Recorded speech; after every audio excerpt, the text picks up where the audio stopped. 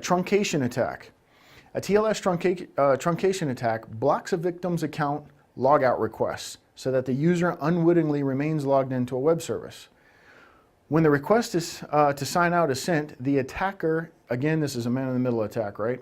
So when the request to sign out is sent, the attacker injects an unencrypted TCP FIN message to close the connection. So the server therefore doesn't receive the logout request and is unaware of the abnormal termination. The browser and user think communication is stopped. The session on the server remains open. We talked about these things earlier, where you see send a TCP FIN over to the client, and then the server's still in communicating mode. So it's the same thing, but this truncation attack has a specific name in the TLS realm. So it's the same thing that we talked about previously. So you're in the middle, you're seeing the client talk to the server, and the server's serving up information, listening, they're talking, the session, everything remains open. So what you do is you send a TCP FIN over to the client, so the client thinks, hey, I'm done. So, well, the client in this case actually requested. So when the request to sign out is sent, the attacker injects an unencrypted TCP FIN message to close the connection over there. So it looks like the server acknowledged it, but you intercepted the request and sent back what it was expecting, but the server is just waiting for more data. It never received the TCP close message. Just a little different, and that the client actually initiates the close, which could happen in that previous example as well. So the client thinks they're done talking, they're not going to send any more messages, so now you're clear to talk to the server in their place. The freak and logjam attack. So again, these are both kind of the same. They're downgrade attacks that can force server and clients to negotiate a connection using cryptographically weak keys. It's a type of man-in-the-middle attack. The freak tricks the server into negotiating a TLS connection using cryptographically weak 512-bit encryption keys. Again, we're talking about TLS 1.0. The Logjam is a security exploit discovered in May of 2015 that exploits the option using legacy export-grade 512-bit DH Diffie-Hellman dating back to the 90s. It forces the susceptible servers to downgrade cryptographically weak 512 Diffie-Hellman keys, which are weak.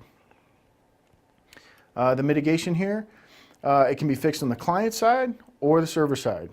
Disable export grade cipher suites. So you're a man in the middle and they send a request and you're going to kind of tinker with that request to say, we're going to use really old encryption. So you help the server and the client negotiate weak keys. So if you fix it on your client or the server, then it won't be able to do that. It's going to force a more hardy encryption, 2048, 4096, whatever you can support. So you want to remove those weak keys off of your client machines too. So if you're using gold images, which are images that you've created that you're going to use to build all of your laptops, one gets infected, you wipe the OS, you use your gold image, pop the code on there and rebuild the OS that way. So just make sure that you fix those so that all of the weak encryption support algorithms, take all of that out so you can't be freaked or log jammed. So the Heartbleed bug attack. This is actually a bug in the protocols. So the vulnerability, it's a vulnerability in the protocols. So the vulnerability facilitates the theft of private keys from the server that should normally be protected.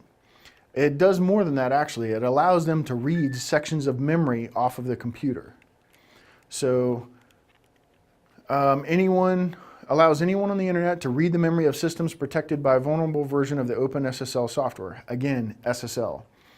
So OpenSSL versions 1.01 to 1.0 are affected. It's caused by a buffer overread bug in OpenSSL rather than a defect in SSL or TLS itself. So it's a problem with OpenSSL, an application that supports and facilitates this encryption.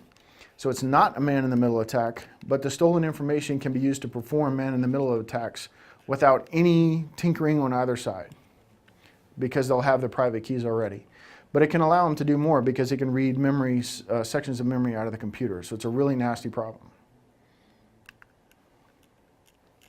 The Lucky 13 attack is a timing attack against implementations of the transport layer security protocol. It's a type of man-in-the-middle attack. It's not a danger to ordinary users of TLS. Attempts access against cookies protected by TLS. So it attempts to access against cookies protected by a TLS. Security in-depth strategy here would prevent a breach from one layer of protection. So if you were using security in-depth, this wouldn't be a problem. It's an extremely complex timing attack against the protocols. It leverages beast and same origin policy. The mitigation is incorporation of GCM ciphers. So just know this for the test. Lucky 13, the mitigation is incorporation of GCM. It leverages beast and same origin policy, SOP.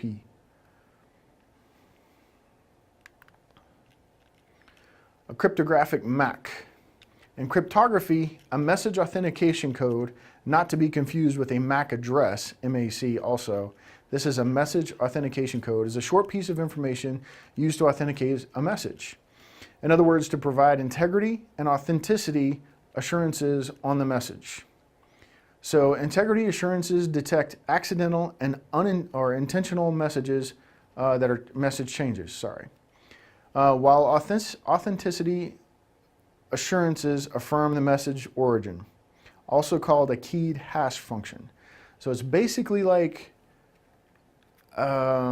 generating a hash on a file, but this is done on messages and files, but it uses a key, so it's a little bit different. So for the test, just know that a cryptographic MAC in cryptography is a message authentication code, is a short piece of information used to authenticate a message.